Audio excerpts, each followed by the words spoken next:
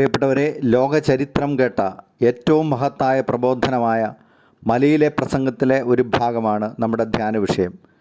വിശുദ്ധ മത്തായിയുടെ സുവിശേഷം 6-ാം അധ്യായം 1 മുതൽ 8 വരെയും 16 മുതൽ 18 വരെയുമുള്ള ഭാഗങ്ങളാണ് നമ്മുടെ ധ്യാന വിഷയം.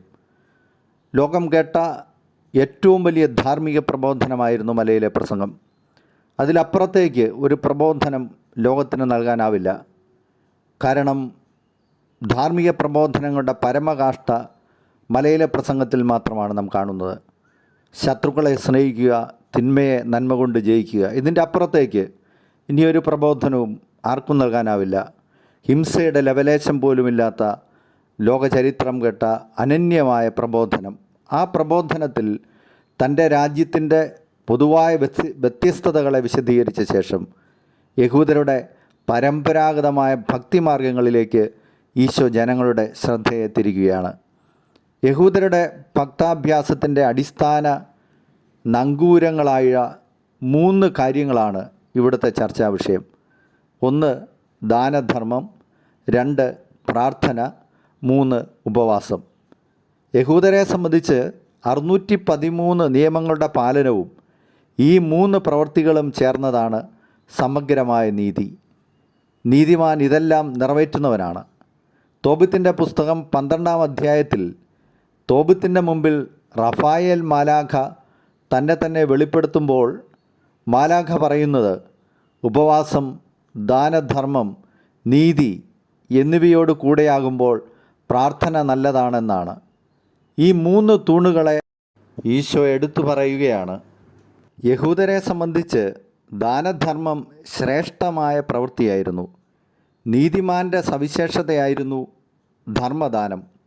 ധർമ്മദാനവും നീതിയും ഒരേ പദം കൊണ്ട് പോലും സൂചിപ്പിക്കപ്പെട്ടിരുന്നു. തോബിത്ത് 12:9 റഫായേൽ മാലാഖ തോബിത്തിനോട് പറയുന്നത് ദാനധർമ്മം മരണത്തിൽ നിന്ന് രക്ഷിക്കുന്നു, അത് സകല പാപങ്ങളും തുടച്ചു നീക്കുന്നുവെന്നാണ്. നമ്മുടെ പാരമ്പര്യങ്ങളിൽ ശ്രാദ്ധ പ്രാർത്ഥനയിൽ ഈ പരാമർശമുണ്ട്.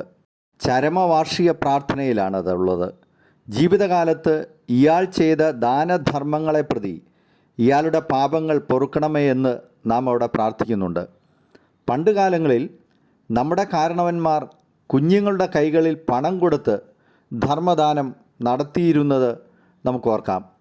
നമ്മുടെ വീടുകളിൽ മുത്തിയൂട്ടുകൾ, അതായത് പാവപ്പെട്ട കുടുംബത്തെ വിളിച്ച് ഊണു നൽകിയിരുന്നത്.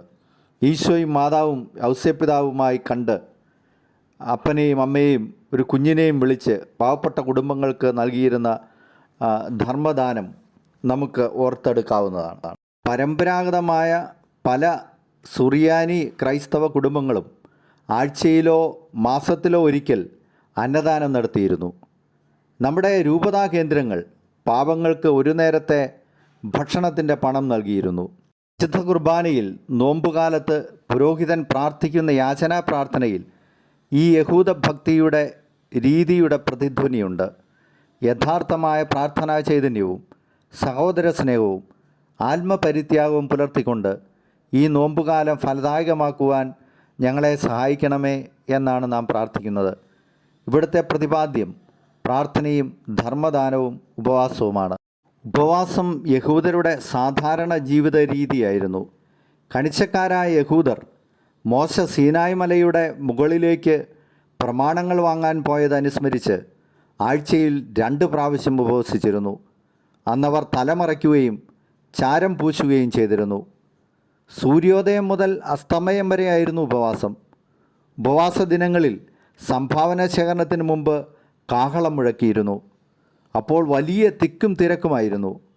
വലിയ തുക ഞങ്ങൾ നിക്ഷേപിക്കുന്നു എന്ന് ജനങ്ങളെ കാണിക്കാൻ വേണ്ടിയായിരുന്നു ഇതൊക്കെ ചെയ്തിരുന്നത്.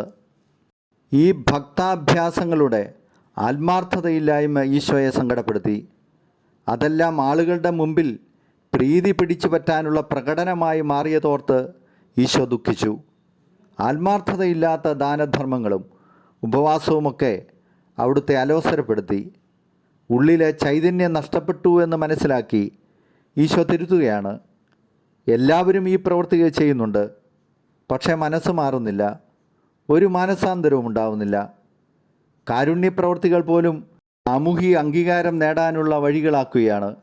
ഇത് ഫരിസേയരെ ഉദ്ദേശിച്ചാണ് പറയുന്നത് എന്നൊരു അഭിപ്രായമുണ്ടെങ്കിലും പല ബൈബിൾ പണ്ഡിതരും അത് നിരാകരിക്കുന്നു.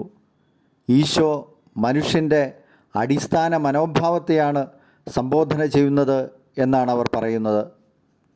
ഈ 3 കാര്യങ്ങളുടെയും യഥാർത്ഥ ചൈതന്യത്തിലേക്ക് ഈശോ ജനങ്ങളെ ക്ഷണിക്കുകയാണ്.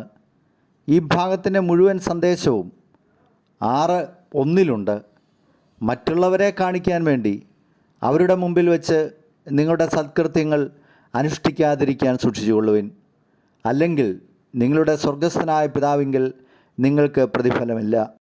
മറ്റുള്ളവരുടെ പ്രശംസ ലഭിക്കാൻ വേണ്ടി സൽക്കർമ്മങ്ങൾ ചെയ്യുന്നവരെ കപടനാട്യക്കാർ എന്നാണ് ഈശോ വിളിക്കുന്നത്. അപ്പോൾ പിന്നെ നാം എങ്ങനെയാണ് ഈ പ്രവൃത്തികൾ ചെയ്യേണ്ടത്? സമാധാനം ചെയ്യുമ്പോൾ രഹസ്യമായി ചെയ്യുക. അങ്ങനെ ചെയ്താൽ എന്താണ് ഫലം? മത്തായിയുടെ സുവിശേഷം 6:4 അത് പറയുന്നുണ്ട്. പിതാവ് പ്രതിഫലം തരും. ഉപവസിക്കുന്ന രീതിയെയും ഈശോ തിരുത്തുന്നു. 6:18 ഉപവസിക്കുന്നത് അദൃശ്യനായ പിതാവല്ലാതെ മറ്റാരും കാണരുത്. രഹസ്യങ്ങൾ അറിയുന്ന പിതാവ് പ്രതിഫലം നൽകും. ഈശോയുടെ തിരുത്തിൽ യെശയ്യാ 58:1-11 സന്ദേശമാണ് നാം കാണുന്നത്. നമ്മുടെ മുമ്പിലുള്ള പ്രധാന ചോദ്യം ഇതുതന്നെയാണ്. പലതരം ഭക്താഭ്യാസങ്ങളും പ്രകടനപരതയായി മാറുന്നുണ്ടോ? വളർന്നു വരുന്ന തലമുറയെ നമുക്ക് യഥാർത്ഥ ദൈവിക ചൈതന്യത്തിലേക്ക് കൊണ്ടുവരാനാകുന്നുണ്ടോ? വിശ്വാസ വളർച്ചയുടെ ഉപാധികളായി ഈ ഭക്തകൃത്യങ്ങളെക്കുറിച്ച് നമുക്ക് പഠിപ്പിക്കാനാകുന്നുണ്ടോ? ദാനധർമ്മങ്ങൾ രഹസ്യമായി ചെയ്യാൻ ഈശോ പറയുന്നത് ഇല്ലാത്തവൻ്റെ നിസ്സഹായതയെ നാം ചൂഷണം ചെയ്യാതിരിക്കാനാണ്. പാവപ്പെട്ടവനെന്ന ഒരുവൻ്റെ അപകർഷതാബോധം ഇരട്ടിയാകാതിരിക്കാനാണ്. രഹസ്യമായി ചെയ്യുന്നതിലെ പുണ്യം പറഞ്ഞു തരുന്ന വിശുദ്ധ നിക്കോളാസാണ് ക്രിസ്മസ് പപ്പ. 3 പെൺമക്കളുടെ പിതാവായ ഒരു പാവപ്പെട്ട കൃഷിക്കാരൻ്റെ നിസ്സഹായതയുടെ സങ്കടത്തിലേക്ക് നിലാവ് പോലെ പെയ്തിറങ്ങുകയാണ് വിശുദ്ധ നിക്കോളാസ്. അത് പിന്നെ ആരാധ്യമായ ഒരു അനുഷ്ഠാനമായി മാറുന്നു. രാത്രിയിൽ ദൈവത്തിൻ്റെ സമ്മാനം നൽകിയിട്ട് പോകുന്ന സാന്താക്ലോസുമാർ ഒരുപാടുണ്ടായി. പിന്നീട് വിശുദ്ധ ബേസിൽ പറയുന്നത് പണക്കാരൻ്റെ പണപ്പെട്ടി പാവപ്പെട്ടവൻ്റെ ഉദരമാണെന്നാണ്. വില്യം യീറ്റ്സിൻ്റെ പ്രസിദ്ധമായ കവിത ഫാദർ ഗില്ലിജൻ ഓർമ്മയിലെത്തുകയാണ്. മരണാസന്നനു വേണ്ടി പ്രാർത്ഥിക്കാൻ ആവശ്യപ്പെട്ട് ഒരുവനെത്തുകയാണ്. അപ്പോൾ ഫാദർ ഗില്ലിജൻ വളരെ അസഹ്യനാണ്. I have no rest, no joy, no peace. അദ്ദേഹം അങ്ങനെ ഭയങ്കരമായിട്ട് അസ്വസ്ഥപ്പെടുന്നു. പിന്നെ അദ്ദേഹം അറിയാതെ ഉറങ്ങിപ്പോയി. രാവിലെ കുറ്റബോധം കൊണ്ട് കുതിരപ്പുറത്ത് മരണാസന്നൻ്റെ വീട്ടിലേക്ക് അദ്ദേഹം പാഞ്ഞു ചെല്ലുകയാണ്.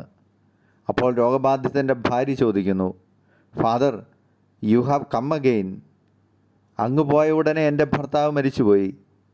ആ സ്ത്രീയുടെ മറുപടി കേട്ട് ഫാദർ ഗില്ലിജൻ വിറയ്ക്കുകയാണ്. ആ വൃദ്ധപുരോഹിതൻ മുട്ടുകുത്തി. എന്നിട്ട് പറഞ്ഞു, he who has made the stars sent one of his great angels to help me in my need. ക്ഷീണാധിക്യത്താൽ ഉറങ്ങിപ്പോയ ഫാദർ ഗില്ലിജന് വേണ്ടി ദൈവം തൻ്റെ ദൂതനെ അയച്ചിരിക്കുന്നു. ഭക്തകൃത്യങ്ങളുടെ യഥാർത്ഥ ചൈതന്യമാണ് പ്രധാനം. ഉപവാസമെടുക്കുന്ന ചെറുപ്പക്കാർ ഭക്ഷണം കഴിക്കുന്ന വൃദ്ധനോട് തട്ടിക്കയറുകയാണ്. എന്താണിത്? താങ്കൾക്ക് ഉപവാസമൊന്നുമില്ലേ? വൃദ്ധൻ പറഞ്ഞു, ഉണ്ട്.